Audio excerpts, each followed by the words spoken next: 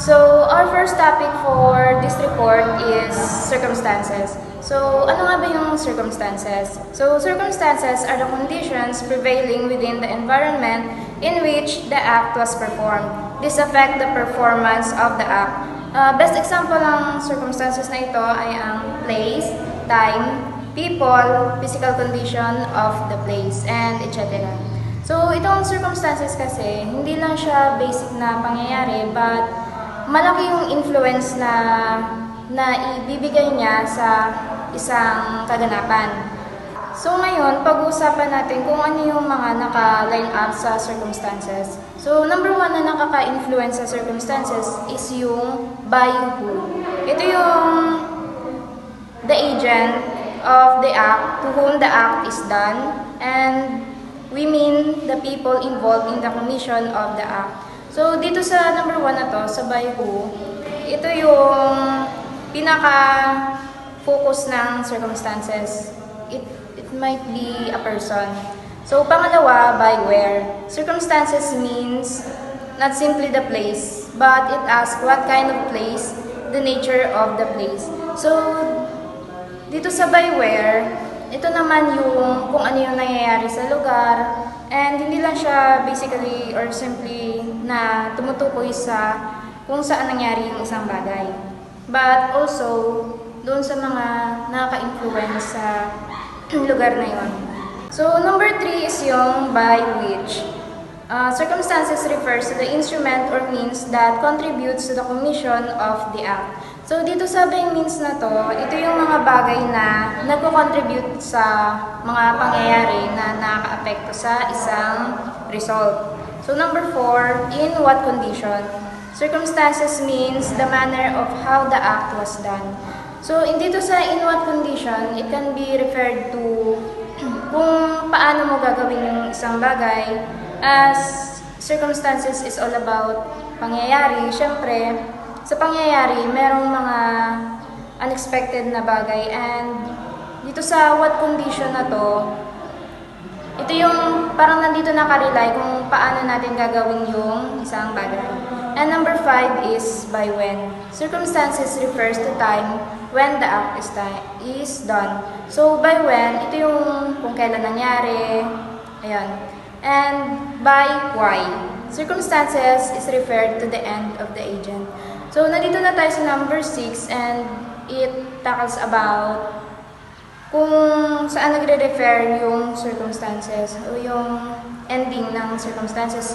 Either it brought good result or bad result.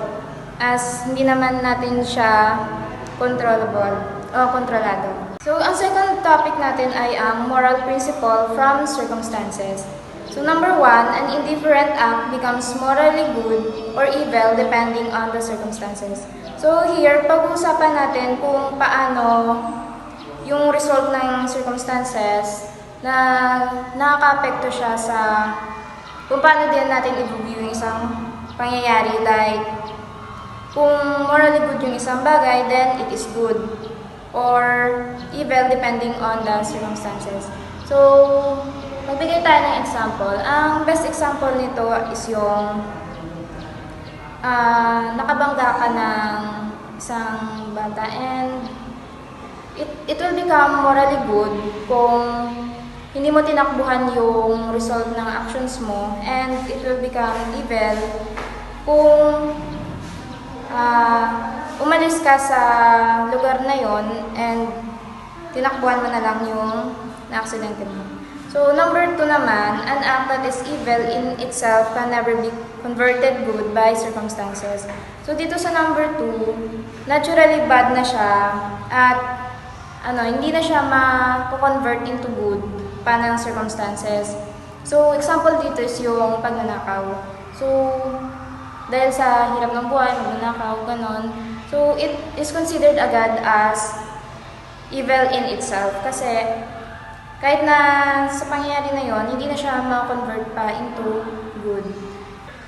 And the last part is, a circumstance which is not gravely evil does not totally damage the goodness of an objectively good act. So, dito naman, although it is bad, or something na parang negative, hindi niya totally nadadamage yung goodness of an objectively good act.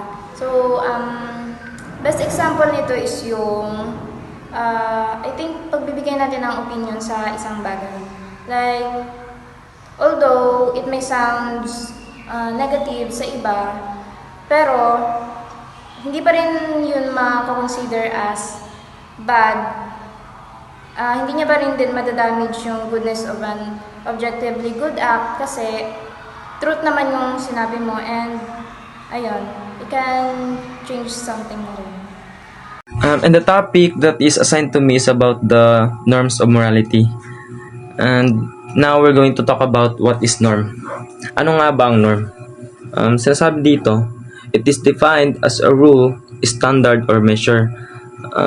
Sinasabi dito na yung norms daw ay tinutukoy bilang tuntunin, katayuan, and or sukat. It is something by which we gauge the goodness or evilness of an act. Sinasabi dito na ito daw ay isang bagay na kung saan ating sinusukat yung kabutihan or kasamaan ng isang gawa. It is something with which an act conforms to be morally good. Sinasabi dito na ito dahil sa bagay kung saan sumasang-ayon para masabi nating ito ay mabuti, or violate to be morally evil kung saan lumalabag naman para masabing masama yung isang gawa, and neutral to be morally indifferent. Ito yung sinasabi na unbiased or walang pinapanigan para masabing hindi siya naiiba. And there are two norms of morality.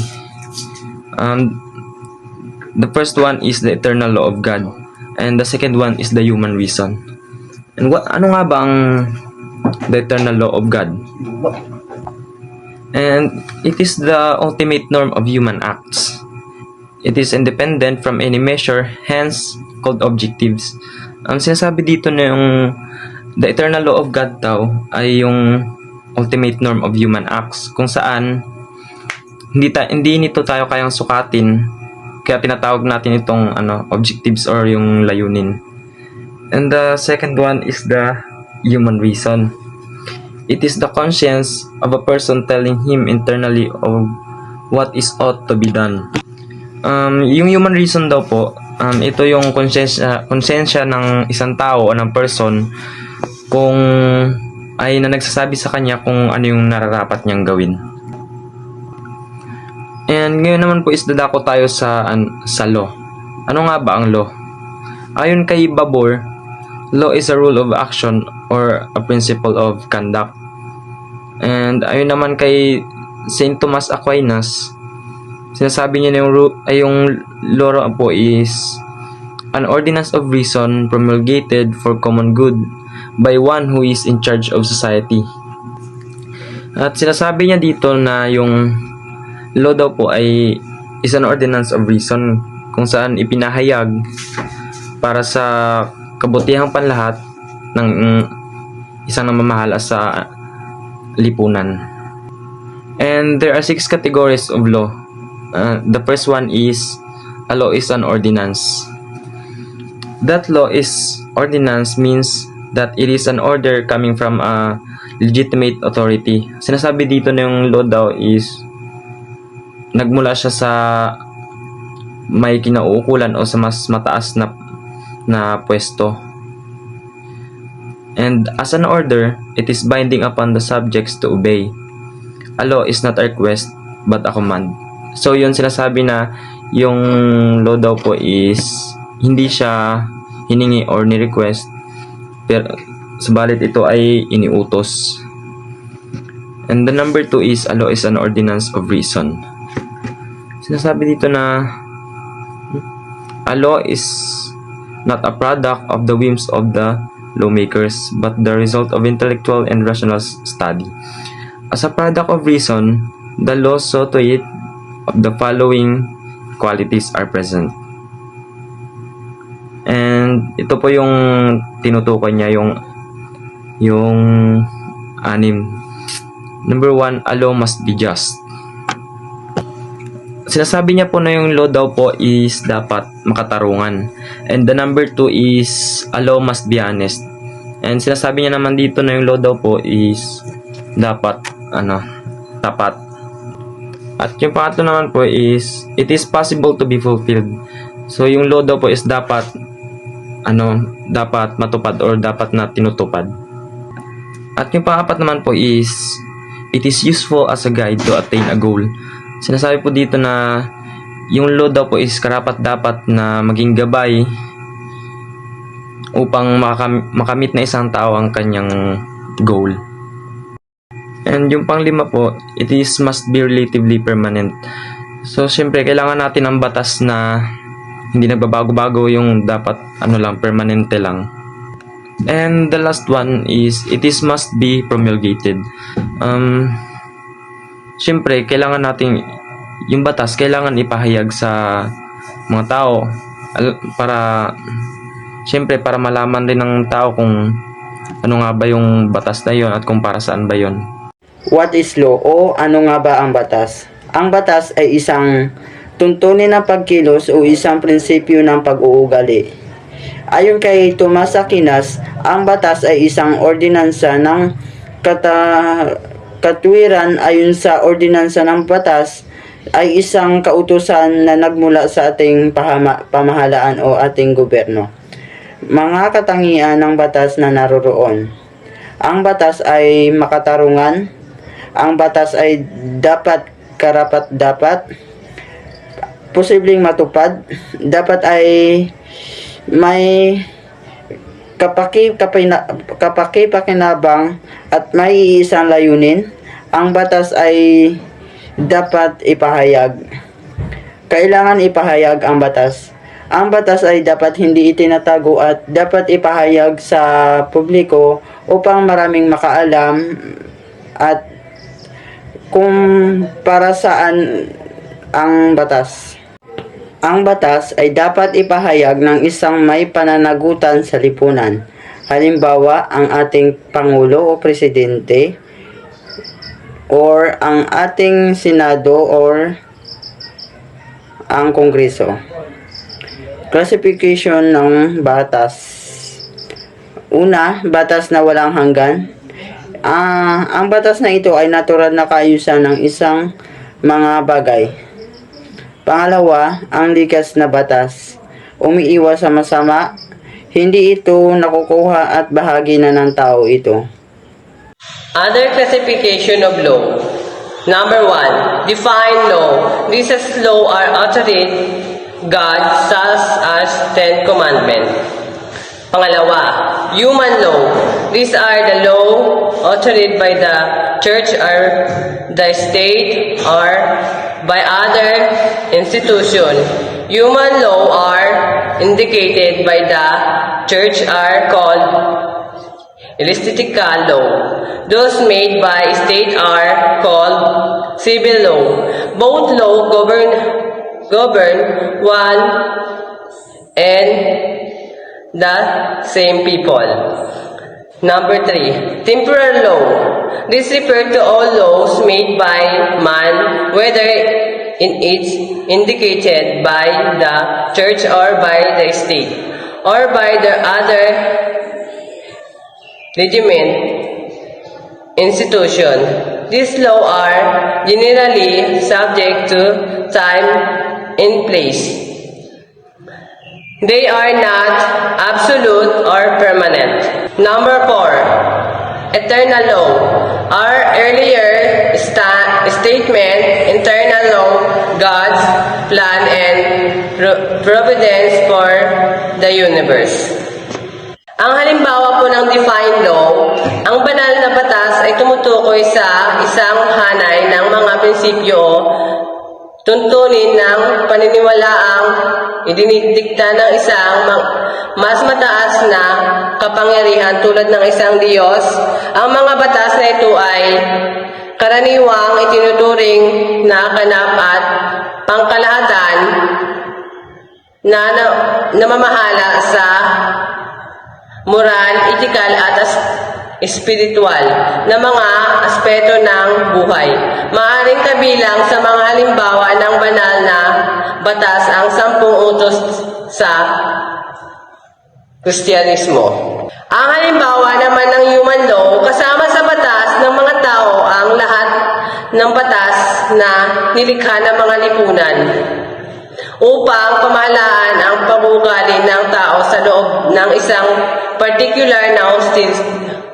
Ang halimbawa ng human law, kasama sa batas ng mga taong lahat ng batas na nilikha ng mga lipunan upang pamahalaan ng pag-uugali ng tao sa loob ng isang particular na jurisdictional. Kabilang sa mga halimbawa ng batas ng tao, ang batas ng konstitusyon, batas ng kriminal, batas ng ari-arian, batas ng kontrata, at batas ng pamilya. Ang mga batas na ito ay nilikha ng mga lehislatibong katawan gaya ng Parlamento o Kongreso. Gaya ng mga Parlamento o Kongreso at ipinapahintulad ng mga institusyon ng pamahalaan gaya ng pulisya at hudikatura. Ang halimbawa naman ng temporal law ay ang temporal na batas ay tumutukoy sa mga batas na may bisa lamang para sa isang particular na yugto ng panahon o konteksto.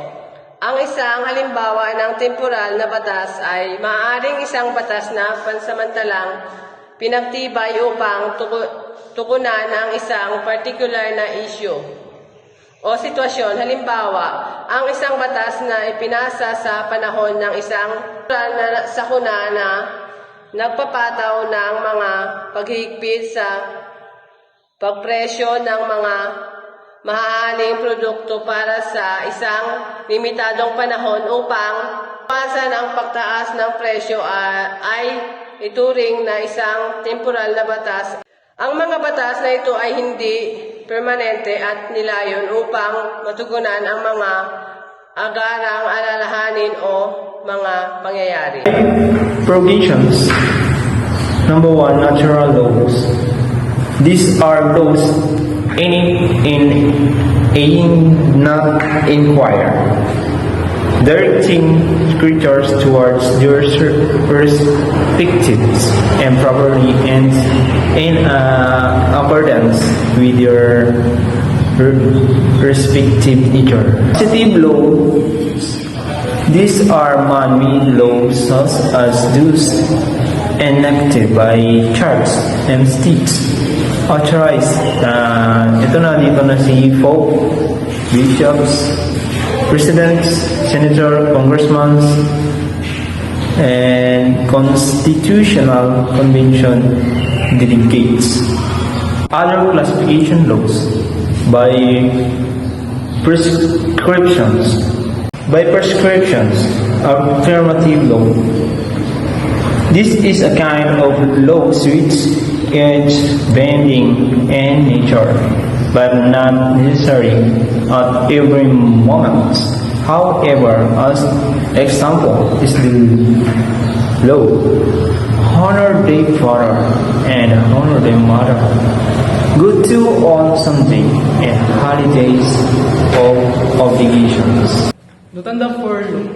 A law exists for the good of man, not man to exist for the good of law. A law is made to facilitate the good of the individual in society. It is guide for him to attain his goals.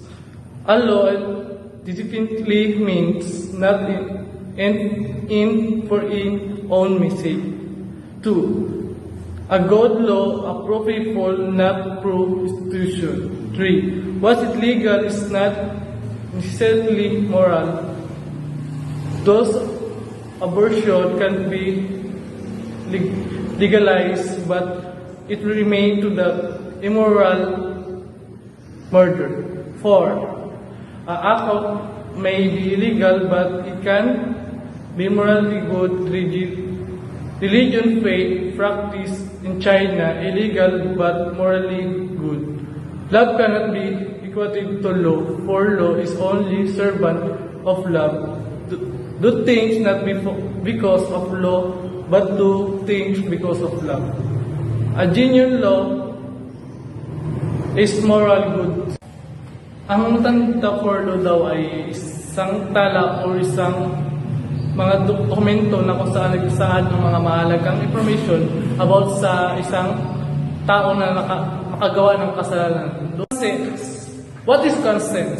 This refers to man's right judgment of things. Clean conscience is the practical judgment of reason upon an individual act as good and to be performed or is evil and therefore to the avoid. Agapay, we employ conscience to determine what ought to be done.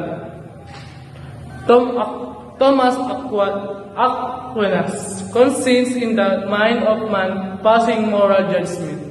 John A. Hardon is described as the habitual quality of the intellect enabling to know the basic principle of practical reasoning. Consent o konsensya. Ito ay kakayahan ng isang individual na gumawa man o tama o mali. Halimbawa na lang, kapag nakagawa ka ng hindi maganda, siyempre konsensya mo na lang yun na aminin mo, hindi mo naisip mo na hindi mo dapat gawin yun. So, good day everyone. So, today I will discuss on you our kinds of conscience. Correct or true conscience. So, ito po yung nagtuturo sa isang tao sa kung ano ang mabuti bilang mabuti at kung ano ang masama bilang masama. Halimbawa, kapag nakakita ka ng isang tao na nangangailangan ng iyong tulong, so, ang correct or true conscience ang mag-uudyok sa iyo upang tulungan siya. So, yung pangalawa is erroneous or false conscience.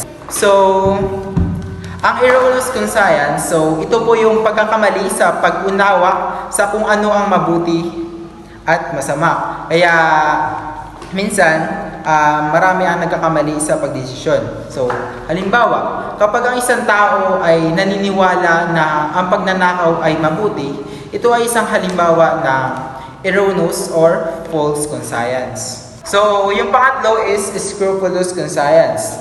Ito po yung pag-aalinlangan ng isang tao na gawin ang isang bagay sapagkat nag-aakala siya na kapag ginawa niya ang isang bagay nito ay magdudulot ito ng masamang outcome sa kapwa niya. Pang-apat is lax conscience. So, ito po yung opposite na scrupulous conscience. So, kung saan ang paniniwala ng isang tao na para sa kanya ang tama ay mali at ang mali para sa kanya ay tama. Halimbawa, naniniwala siya na ang pandaraya sa examination para sa kanya ito ay tama at hindi niya ito considered na mali. So, yun po yung halimbawa ng lax conscience. So, panglima is certain conscience. So, he acts in the state of good and faith. So, ito po yung paggawa ng isang bagay o desisyon ng isang tao nang walang pag-alinlangan. Dahil naniniwala siya na ang kanyang ginagawa is tama and hindi nakaka-apekto sa ibang tao. So, yun yung example ng isang halimbawa ng certain conscience. So, panglima is doubtful conscience. So, opposite lang dito siya ng certain conscience kung saan naniniwala ay nag-aanilangan ang isang tao na gawin ang isang bagay dahil para sa kanya naniwala siya na kapag ginawa niya yung bagay na yun is para sa kanya ito ay mali at hindi tama dahil yun nga nagda-doubt siya sa kanyang sarili na mali yung gagawin niya. So, yun lang.